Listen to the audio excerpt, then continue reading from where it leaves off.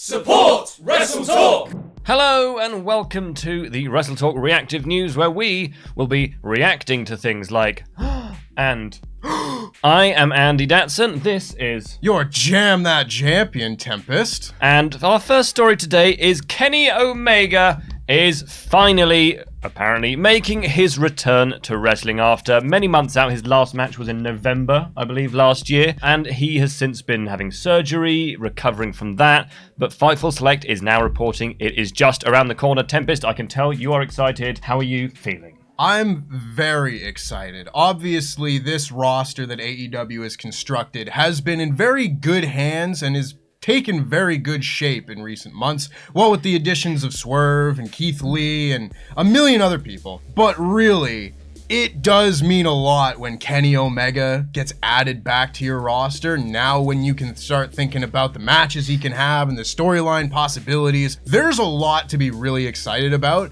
And it's worth noting that this could potentially be the first time we see him in AEW without being hindered by injuries. Yeah, and speaking of possibilities, Fightful Select has reported that the tentative idea is for Omega to return at All Out and then to perhaps start a trios feud. Are you even more excited about the possibility of that? Yes, I mean, the idea of trios championships have been floated around in AEW for years. I believe it dates back to like the time of the first Jericho cruise. And now we're seeing this roster populated by excellent trios, whether it would be Kenny Omega and the Young Bucks, the Undisputed Elite, the House of Black, Team Taz. You can literally go down the entire list and everybody is now in a faction and everybody has a couple guys backing them up. So you can have really in-depth feuds with a trios championship that maybe you couldn't have a couple years ago. Now the roster's just so much deeper, and I think trios championships are an excellent step forward for that. So the feud everyone is expecting this to be is the Super Elite versus the Undisputed Elite, but could we have instead something to do with Hangman Page and the Young Bucks? There is certainly a possibility of that. It has been a long-running story on being the Elite that Hangman Page and the Young Bucks might be close to reconciling or might be heading in that direction, of course. And when you start then adding in the additional characters to this story,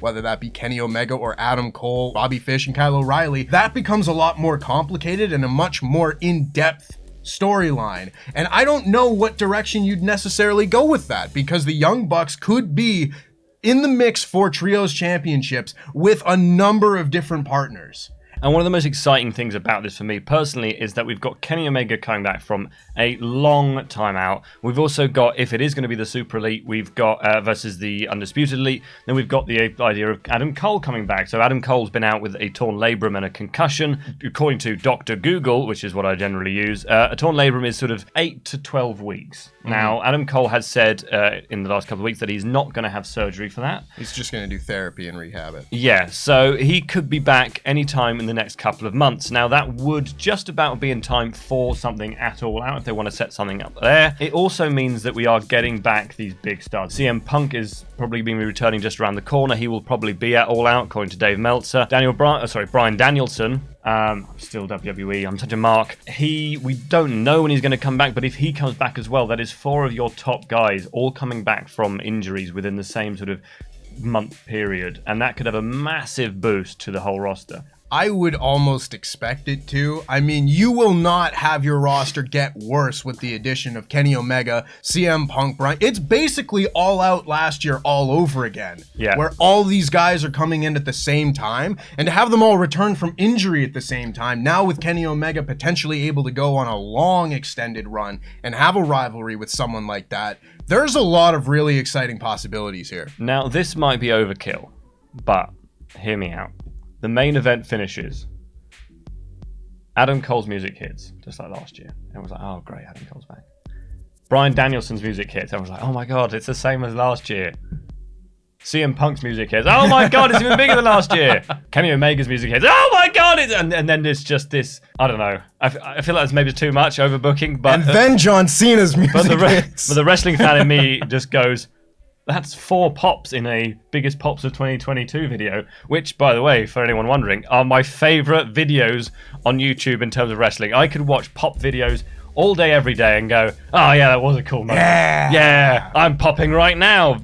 quietly, but I'm popping. So yeah, just to have all those 4 guys back, and there's a bunch of other guys as well who could be coming back soon. So that for me is one of the most exciting things about the next couple of months of AEW TV. So early this week on Monday, we finally found out who Ric Flair will be teaming with and facing in his last ever match. He will be teaming with his son-in-law, Andrade El Idolo, to take on the team of Jeff Jarrett and Jay Lethal, the obviously famed tag team. They've done so much together. Well, they worked in TNA together. I don't even know if it'll be fun. It'll be worth watching, maybe. Are you going to be watching it? And were you excited by the announcement? Not terribly. I mean, I saw Ric Flair's matches a decade ago in TNA and didn't really think much of those, and now he's a decade older, and I saw that training footage with Jay Lethal, and he was moving real slow. And apparently he's injured. Dave Meltzer has said that he suffered a foot injury, not severe enough to take him out of the match, but severe enough to slow him down. So really, I think we're probably just gonna get Andrade versus Jay Lethal, and then Ric Flair taps out Jeff Jarrett with the figure 4 leg lock to win the match. Yeah. I'm not terribly excited about that. But you know what I am excited about is that beatdown that Jeff Jarrett gave Ric Flair in the parking lot. Holy smokes. Now, depending on who you are, you've either thought this beatdown was great or you thought it was really funny. Now, I am in the funny camp, I think. You're definitely in the funny camp. We have seen it before, but Pete and Ollie would like us to watch it again, just to see if we react differently. So here it is, no product placement, but Tempest. Yeah. Let's watch this again. Very well produced. See, oh my! This is the issue that I have with this, because I know Ric Flair is a madman, and he was blading on TV every chance he got just a few years ago. Like, he wants this to be real, and sure enough, he gets busted open hard way. I don't want to see a 73-year-old man get busted open hard way. No, you've also got quite brittle skin at age 73. Yeah. And so you could probably just flick him and he would just spurt blood everywhere. I think that's a solid possibility. As funny as it is to me, it also makes me feel mildly uncomfortable because I know Ric Flair is a wrestling legend. Yes, he might not have the best sort of character record, but watching this just makes me feel like I'm watching a pensioner being beaten up in a parking lot. It feels more like a sort of a crime program where they're doing a reconstruction. I mean, I guess that is the goal. You want this to look like an assault and everything, because Lord, it was. That was an assault. Whether it was agreed upon beforehand or not, it was an assault. I don't know. It's not my cup of tea seeing that sort of thing happen to an old person. No. But speaking of old people, Vince McMahon has been on Ric Flair's lips. We saw recently that the Woo has been re-added to the WWE Sting, which to most people would be like, oh, okay, they've re-added Ric Flair. But Ric Flair is acting like this is somehow the best moment in his career. It has revitalized him. He appeared on Busted Open Radio recently to personally thank Vince McMahon for putting it back in.